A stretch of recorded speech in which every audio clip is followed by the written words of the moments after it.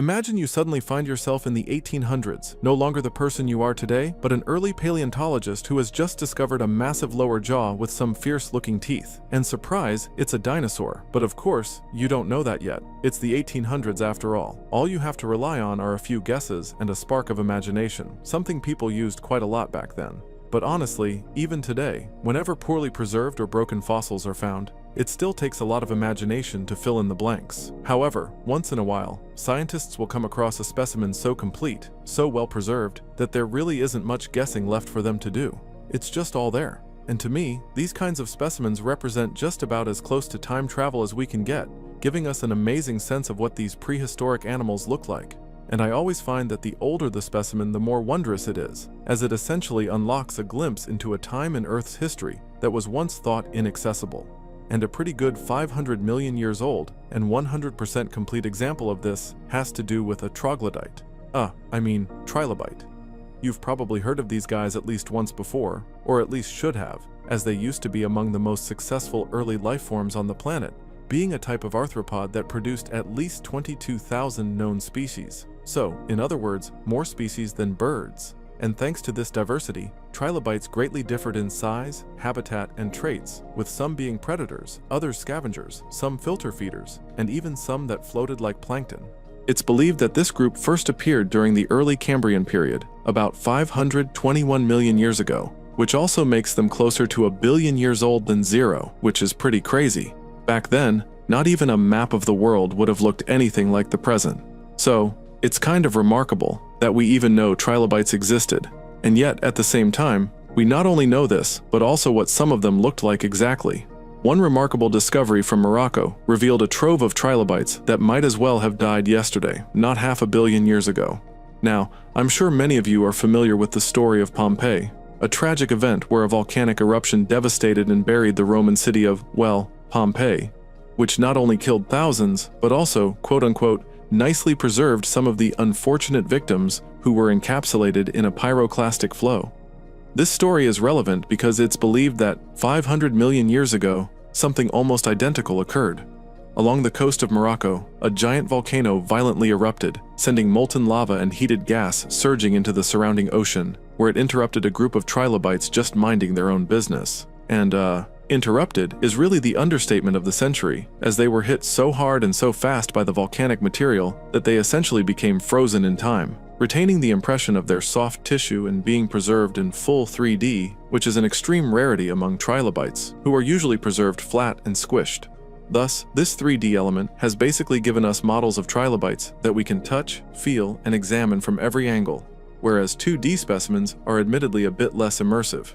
Additionally, the flow that struck these trilobites did so with such force that it literally shoved hot, piping volcanic sludge down their throats. Unpleasant, to say the least, but rather beneficial for us.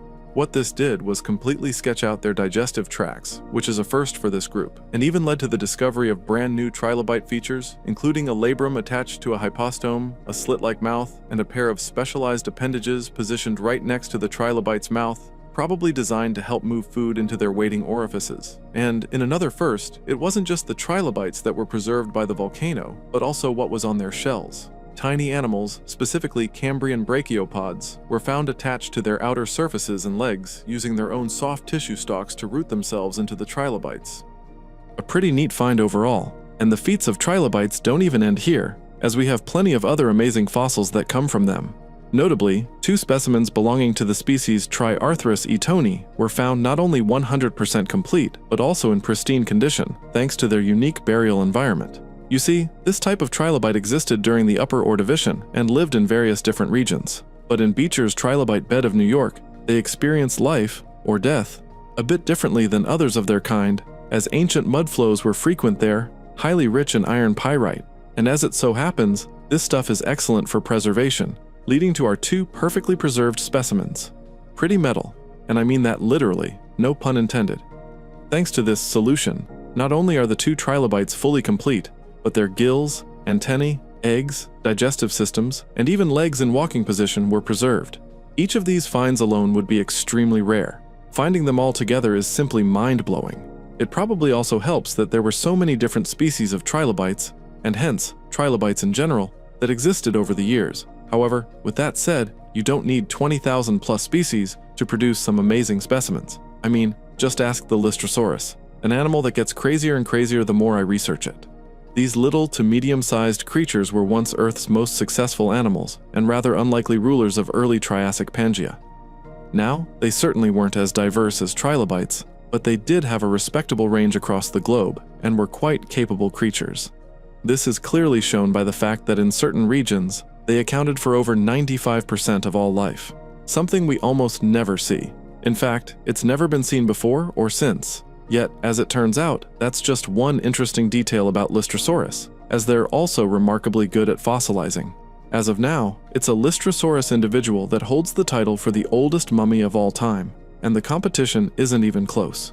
In 2022, researchers stumbled upon a Lystrosaurus body unlike anything they'd ever seen before, dated back to 250 million years ago, but remarkably well preserved.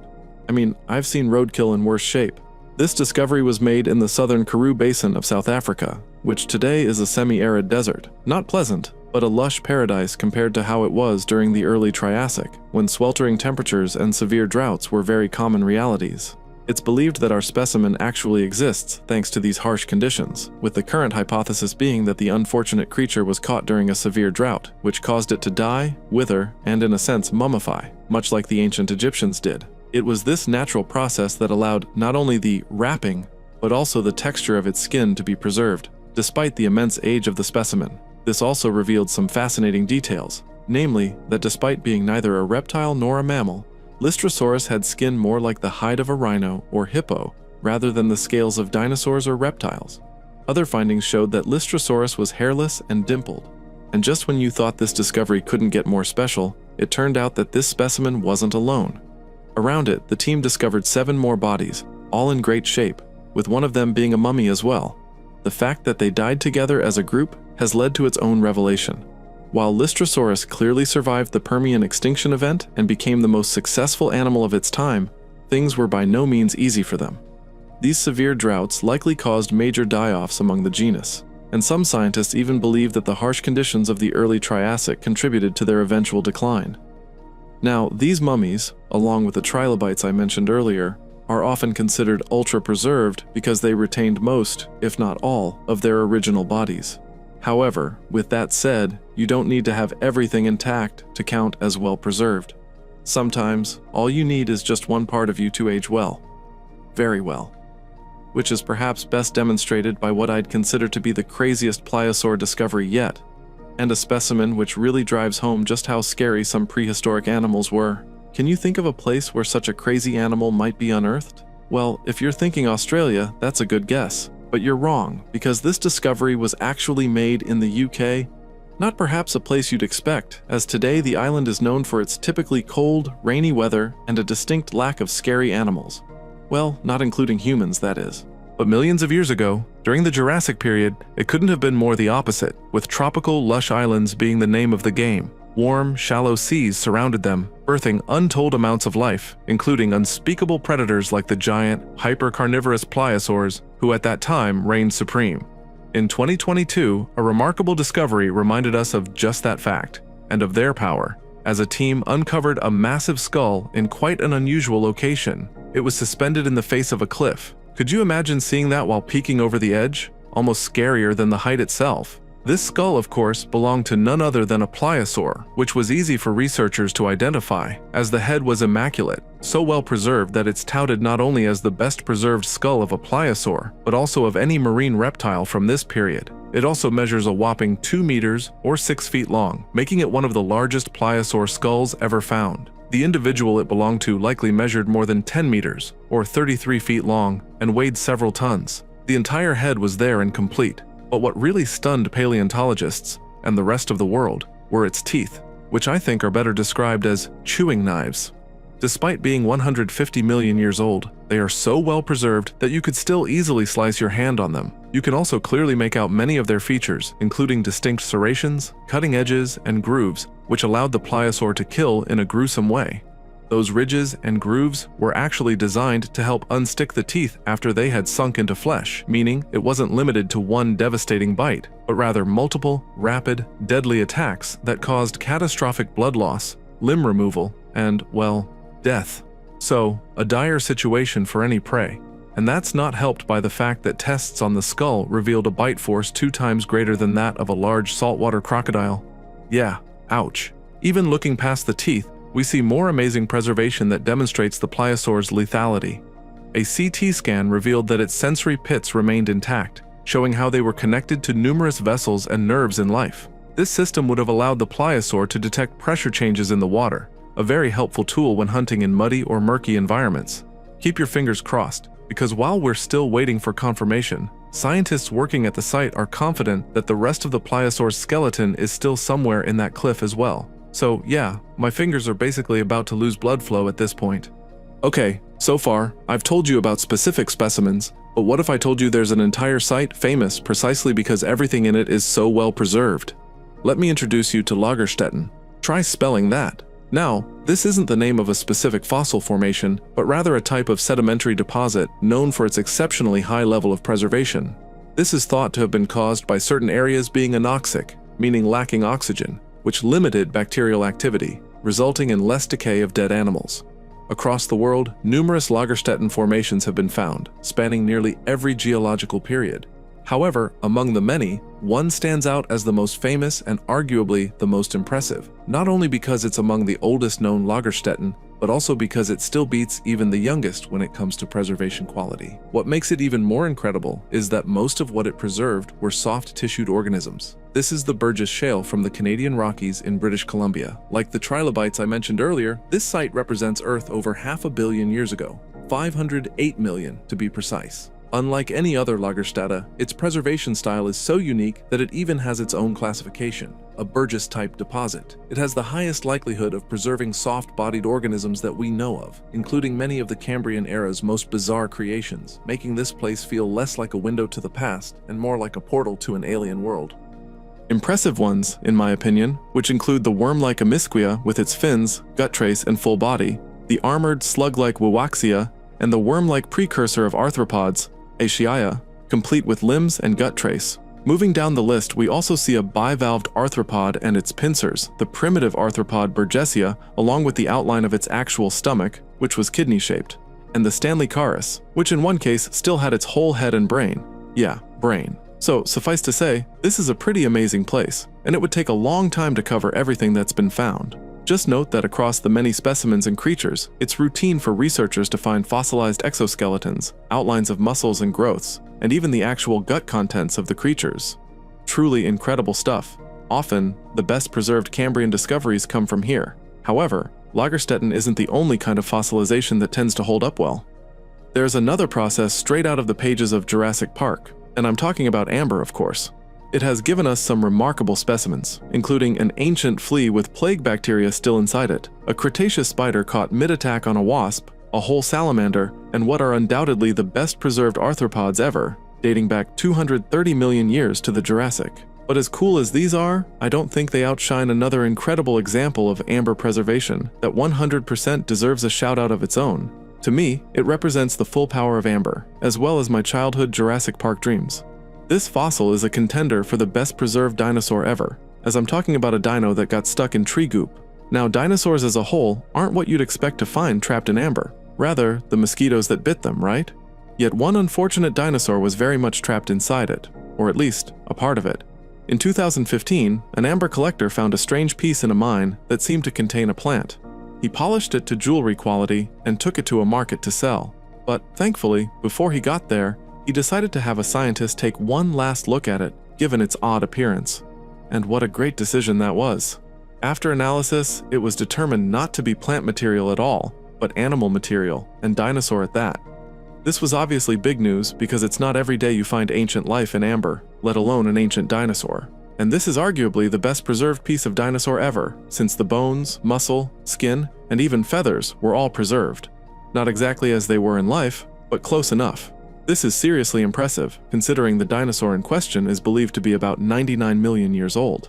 And get this, the owner of the fossil wasn't a bird dinosaur, in other words, not an avian dinosaur, but rather a non-avian theropod, just like the T-Rex. In this case, it's believed to have been a Coelurosaur, to be exact. So, while we don't know the exact species, We do know that it belonged to the clade containing all theropods, more closely related to birds than carnosaurs. We also know it definitely wasn't a bird because the vertebrae in the tail weren't fused into a rod or pygostyle, as seen in modern birds. Because of this, the tail was long, flexible, and covered in feathers running along both sides. Miraculously, another observation was made. The color had been preserved too. It was chestnut brown on top and white on the bottom. Along with the fact that the meaty parts were still intact, it basically means you're looking at a real dinosaur tail, in all its glory.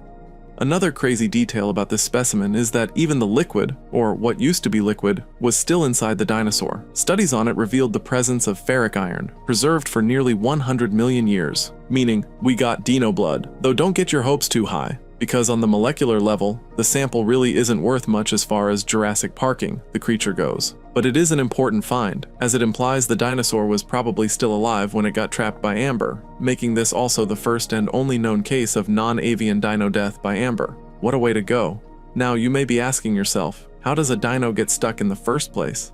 The answer to that has to do with its size, as this Solorosaur was definitely a little guy, being a juvenile, and it's estimated to have been no bigger than a modern-day sparrow. Funny how small things can change the world. Eventually, paleontologists even learned something new about the evolution of birds thanks to this specimen, as its feathers lacked a shaft known as the rachis, which is found in modern avians. Meanwhile, it did possess barbs, meaning barbs evolved before.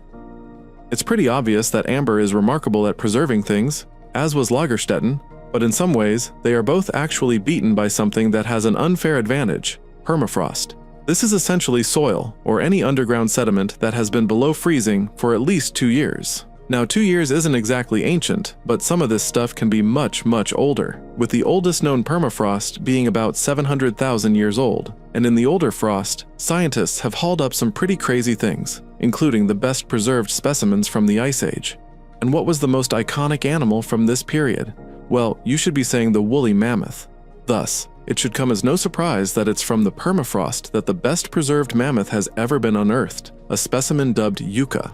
Now, before I get into this, let me just clarify something. You might think I'm starting to stray from the whole fossilized business, but keep in mind, a fossil is any trace of prehistoric life that is over 10,000 years old. Thankfully, Yucca passes this requirement with flying colors, as after it was discovered in Siberia in 2010, it was deduced to have been a 39,000-year-old juvenile, placing it in the Upper Paleolithic. But based on appearances alone, it could have come from just a few hundred years ago, or even less, because Yucca was in amazing condition, having been mummified by the freezing permafrost that ended up preserving her entire body, fur and all.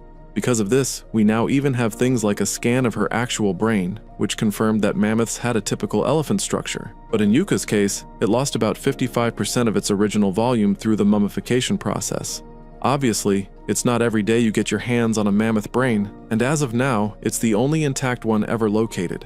Due to how well Yucca was preserved, we also know that mammoth calves were a blondish red in color. Researchers were even able to extract blood from her body, which was, by the way, liquid, another first in mammoth history. Now, blood alone is crazy, but what scientists did to other sampled cells was truly wild. In one experiment, a team managed to stimulate her nuclei to perform certain biological activity, which is insane. It honestly gives me some flashbacks to Jurassic Park. However, not everything about this specimen is so grand, as there are elements of tragedy. Yucca was, in fact, pretty much a baby at the time of her death, being perhaps no older than 6 years old. This thus leads to the question of what exactly happened to her. Originally, based on some marks and cuts, it was thought that lions, and yes, Siberia had lions at one point, attacked and killed her, but left the carcass due to freezing conditions. Then, this idea was later switched out for humans instead of lions. But now, it's actually believed that violence didn't get her. Rather, just old Mother Nature, who was especially harsh during the Ice Age. Specifically, while crossing a swamp, we think that Yucca became trapped in the mud and drowned, where the cold temperatures of the water and the frozen surroundings ended up mummifying her, thus unknowingly creating a one-of-a-kind specimen. Now, with all this said, while Yucca may be the best preserved mammoth of all time, she doesn't keep the title when it comes to the Ice Age in general. Ironically, the best preserved Ice Age animal happens to be even older, dating back to 42,000 years ago. Once again, this story takes place in Siberia, where in 2018, a team of mammoth tusk hunters were excavating parts of the Batagaika crater, the largest permafrost crater on the entire planet, and while spraying down some mud along its banks, a hunter noticed something sticking out. Since this area often has ancient finds, he thought it was just another piece of an Ice Age animal, but to his surprise, it turned out to be a whole horse, completely intact. I mean hooves, fur, and even eyes, all still there, despite being over 40,000 years old. The inside of the horse was even more impressive. After opening it, scientists found its digestive system perfectly preserved, and once again, liquid blood, the oldest ever discovered from such an ancient creature. And along with the red, they also found some yellow, meaning liquid urine, another age record. What researchers did with these fluids, especially the blood, was even more incredible than what they did with yucca. They managed not only to extract DNA, but also to grow living tissue from the horse's cells, a small step toward bringing the animal back, according to the team. They even said that with such perfect preservation, they might try cloning it, though they admitted it's still a long shot. Because, as you might guess, reviving extinct creatures is a lot harder than it sounds. And yes, I said extinct, because although it was a horse, it wasn't one you could find today. This specimen belonged to the Lena horse, or Equus linensis, a species that once roamed across Siberia from the late Pliocene to the early Holocene, with the youngest ones dating back around 5,000 years. On average, they were smaller than modern horses, but had strong, stocky bodies built to survive the brutal cold where they lived. Some experts say the temperatures there could drop to minus 70 degrees Celsius or minus 94 degrees Fahrenheit. So yeah, cold enough to freeze your eyeballs in less than a minute. Pretty cool, pun intended. It's amazing how such a small, cute creature could be so incredibly tough. But that's evolution for you. It's also amazing that we've found such perfectly preserved remains, like this horse and the others I've talked about. I can only hope that in the future, we'll find even more discoveries and have even more stories to tell. Thanks for watching, and until next time, on Forgotten Species.